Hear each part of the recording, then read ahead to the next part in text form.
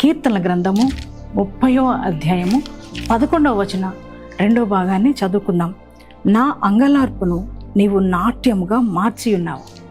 శ్రేష్టమైన చక్కటి వాగ్దానం ప్రభు మనకిచ్చారు. ప్రియ దేవుని బిడ్డలారా, ఆయన ఈ ఉదయకాలం నీతో మాట్లాడుతున్నాడు. ప్రతి పరిస్థితి బట్టి ఏడుస్తున్నావేమో కదా. ప్రతిరోజు కృంగిపోయిన పరిస్థితి, నా పరిస్థితులు మారవా, నా జీవితం మారదా అని ఒకవేళ కృంగిపోయిన స్థితిలో ఉన్నావేమో. నీ అంగలార్పు నాట్యంగా మారబోతుంది.